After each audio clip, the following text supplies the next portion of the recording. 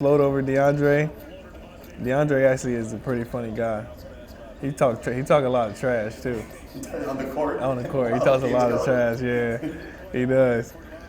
Funny though.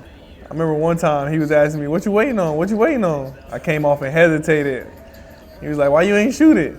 And I'm like, "All right." Then after that, I just I tried to dunk the ball, but nah, I'm a below the rim type of guy. And you're such an interesting story because you're named first team, you're named Big 12 Player of the Year 2 years in a row. You're named first team All-American, and then your name doesn't come up in the first round on draft night. I mean, can you take me through the emotion of that evening? Did you feel disrespected at all, and have you used it as motivation to get you to the point that you're at today?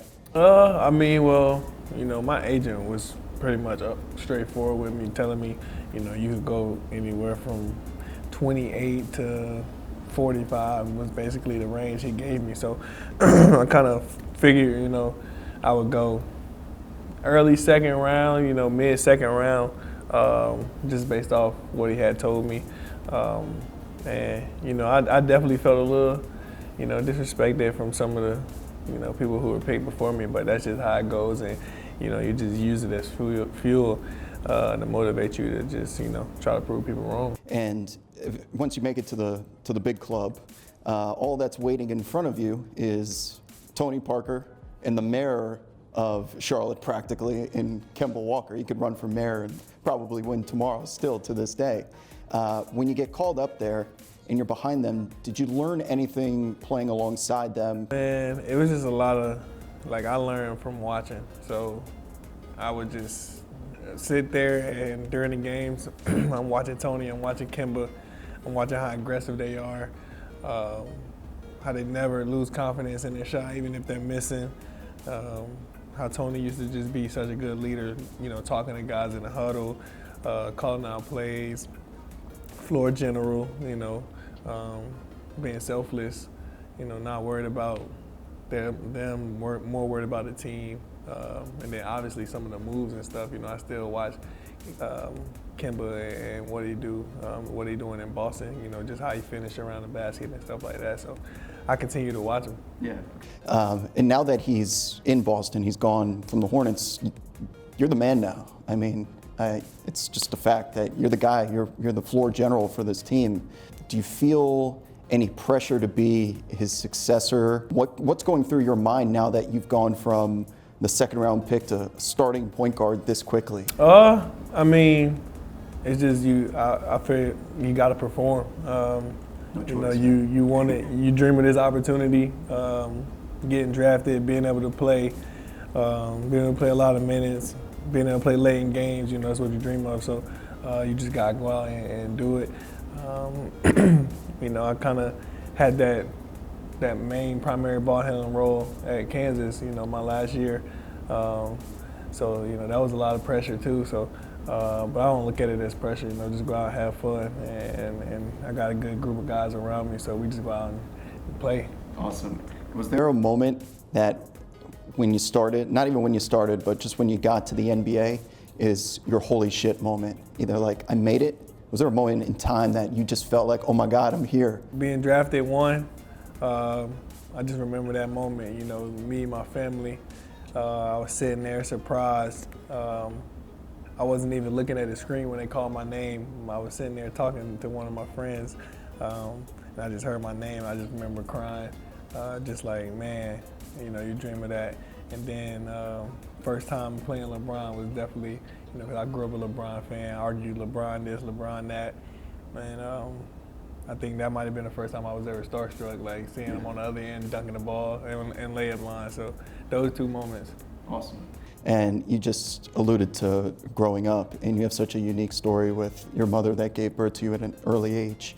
And I would just love to hear the inspiration that she is to you, because she's such a big part of your life. Man, she had me when she was 14.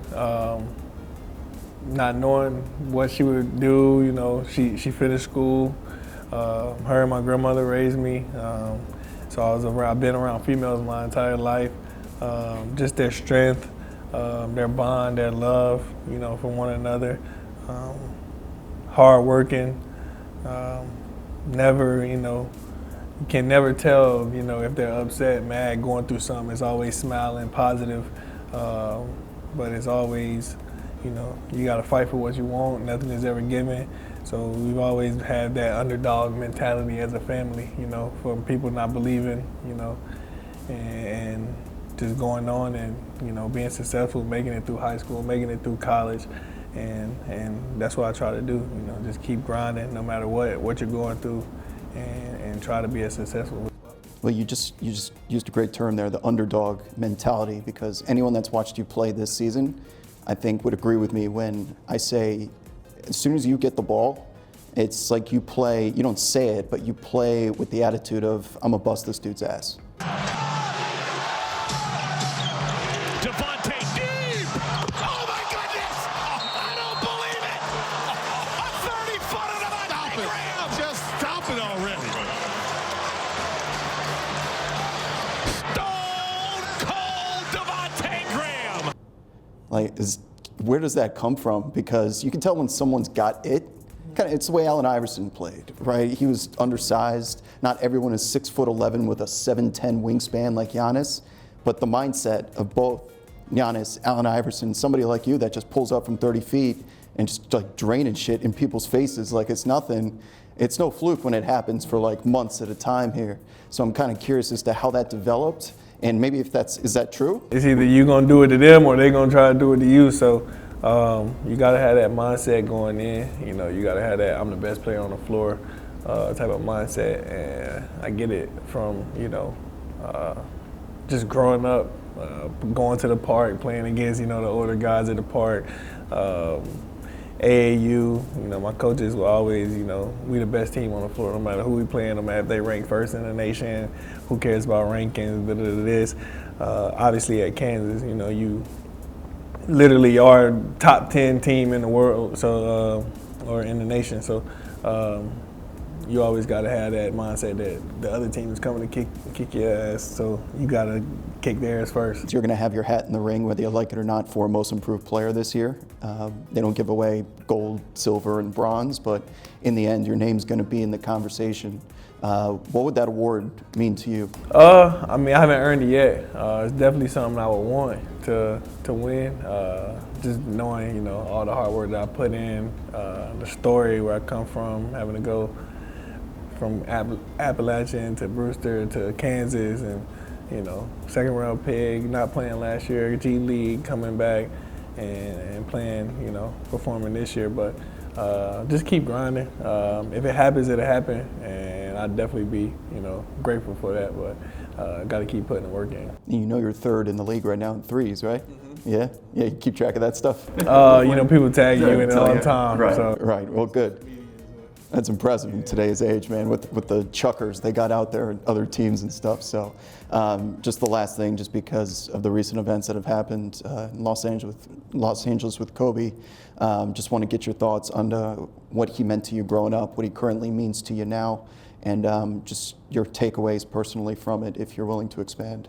Obviously tragic. Condolences to him, his family, and all the other people that was aboard. But he just meant a lot to the game. Whether you was a Kobe fan or not, you loved his mentality. Like we were just saying, it's either you gonna try to kill me or I'm gonna kill you. And 10 times out of 10, he was trying to take your head off. So that aggression, that passion that he played with, it made a lot of people love basketball and want to play. And when the news broke out, it just seemed like everybody, the whole Sunday was just stopped. Yeah, stopped the whole world. It felt like time stopped. But man, I never met him or played against him, but it felt like I knew him, and he meant a lot to a lot of people. So. And if you could sum up those feelings in just one word. I know it's hard to put Kobe into one word, but the first thing that comes to mind, if I said the word Kobe Bryant, you would say? I would just say legend. Legend. Yeah.